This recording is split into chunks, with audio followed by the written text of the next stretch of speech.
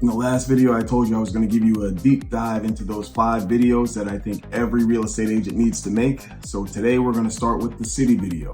I'm going to put the link down below so that you guys can also download this and have it for yourself. When it comes to making your city videos, obviously you have to pick your city. Once you figure out which city that you want to use or wherever your home market is, really start to dive into that market. So what I like to do is I build a script out, and I have a script template here. This is just a rough outline for me. And then what I typically do is I will go through this script and I will fill in the information. I say script, but it's more of an outline that you create into a script as you go. That's the way that I do it. That's the way that I find to be effective, and it works for me. So once you picked your city, now it's time to come up with a hook. We need to have something in that first 3 to 5 seconds to really hook people in, get them to want to continue to watch the video. Once we got them in, I typically like to just start with location and access. Let's talk about where this place is, what kind of access that you're going to get if you're to drive and you want to get to that area, around the local area, just kind of giving people the tips and pointers about the location and access. The next thing that I like to jump into is dining. Where are places to eat? Because if you're going to do a video about a city and people are looking to move there or live there, gotta eat.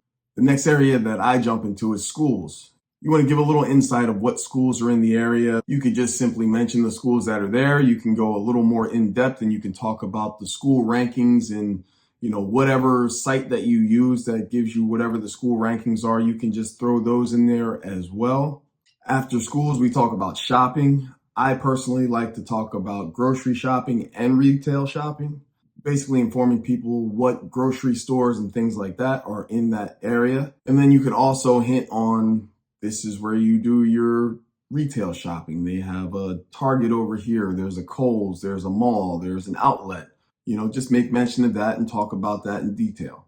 And then recreation. What is there to do in that city? Is there stuff for kids? Is there stuff for grown-ups? Is there a nightlife there? Is there parks? Is there playgrounds? Is there a lake?